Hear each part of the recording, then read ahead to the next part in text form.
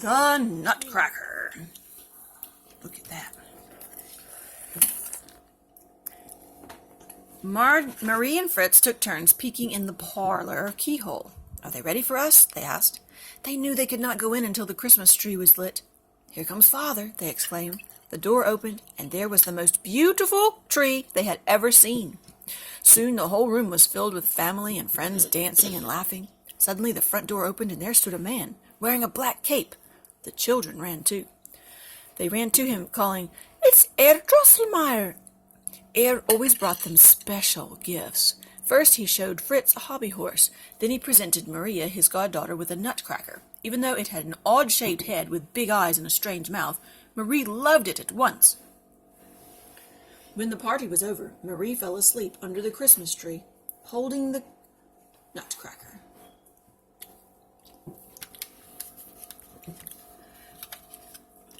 At the stroke of midnight, she was awakened by some noise. She was surrounded by big, ugly mice. As she tried to get away from them, her nutcracker turned into a tall and proud real-life soldier.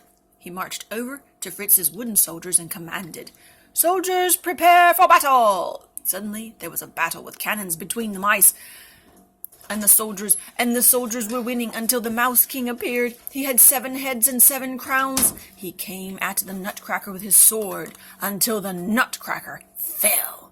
Just then Marie threw her shoes at the Mouse King. With him off guard, the nutcracker jumped up and struck him dead with his sword. The nutcracker took the 7 crowns and held them high over his head as the mice carried their leader away.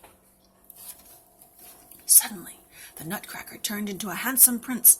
"Come, Marie, I want to show you a wonderful place," he said. They traveled through a winter wonderland to the land of sweets. As they walked down the candy streets, they were greeted by the ruler of the land, the sugar plum fairy. The prince told her of the battle with the Mouse King. She told them how brave they had been and invited them to a celebration.